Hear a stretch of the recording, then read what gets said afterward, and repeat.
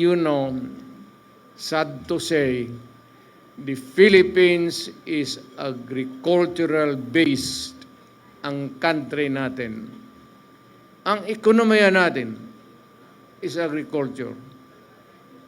Ang problema, yung pagkain mismo, hirap tayo. Well, of course, yung mga dumadating na typhoons could be one of the factors that can be, palagay na natin, hirap tayo maghabol. Alam mo, pag nasa gobyerno ka, ikaw yung nagdadala, you cannot give promises. Panay na lang ang pangako mo and you keep on,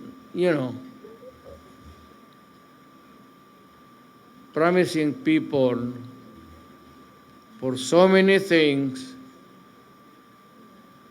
pero itong pagkain talagang unahin nila. Pinaka-basic talaga. Medyo hirap sila. Aywan ko kung bakit.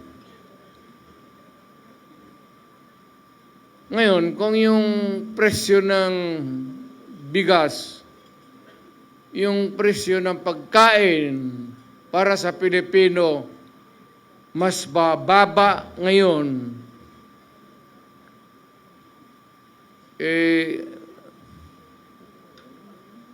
noong panahon na umupo si Presidente, kung mas mababa ang presyo ngayon ng pagkain, iboto natin yung mga kandidato niya.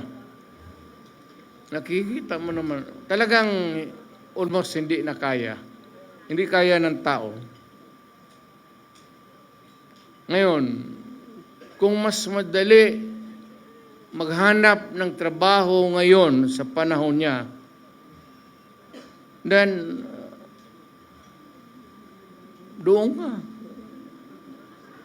sa kanya, doon sa administrasyon. Kung sa panahon na ito, kung pante ka na maglakad, na walang takot, nakakapagpasyal ka, baski saan, wag mo nang bitawan si Marcos. Piliin mo na yung kandidato niya.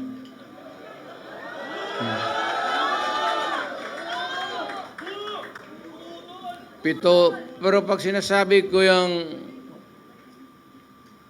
pag nagsasalita ako, gumaganyan ako, ibig sabihin, ito yung kapalit.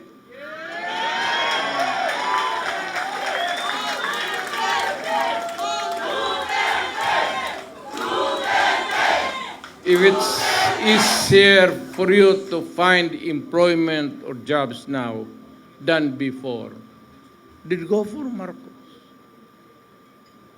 Yan ang sabihin ko na medyo basic na hindi nila mahabol.